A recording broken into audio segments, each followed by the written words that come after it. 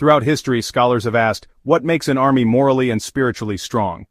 This film examines how the Quran and Sahih Hadith address courage, justice, and the limits of force, presented academically.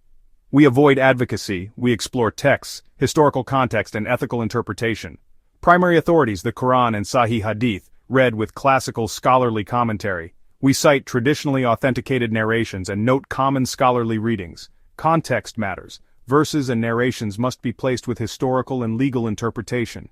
The Quran states, "And Allah had already given you victory at Badr while you were weak." Quran 3, 123. Classical exegesis links this to faith, reliance, and recognition that victory is by divine support, not mere arms. Scholars emphasize that divine assistance is not a license for aggression, but a reminder of moral duty. A hadith in Sahih Muslim mentions a group of the Ummah steadfast in obedience, described in apocalyptic terms. Scholars differ. Many read such narrations as spiritual encouragement to steadfastness and patience, not a political program. Responsible interpretation situates the hadith within ethics of restraint and divine accountability. Historically at Badr, a small band achieved a decisive result. Sources record faith and circumstance as critical factors.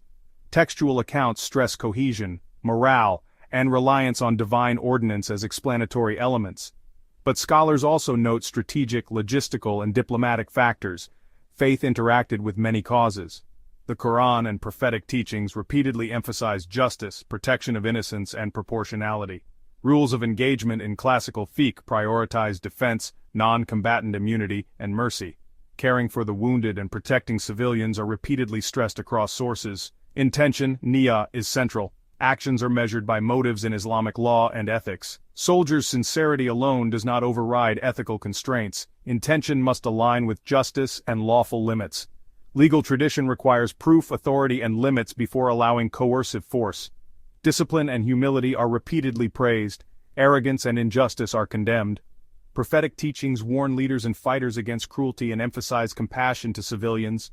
True strength in texts is tied to righteousness and just conduct, not mere intimidation. The scriptures do not glorify technology or numbers, they emphasize reliance on God combined with ethical action. Material advantages matter tactically, but moral legitimacy and restraint matter legally and spiritually. Classical scholars place human means under divine judgment.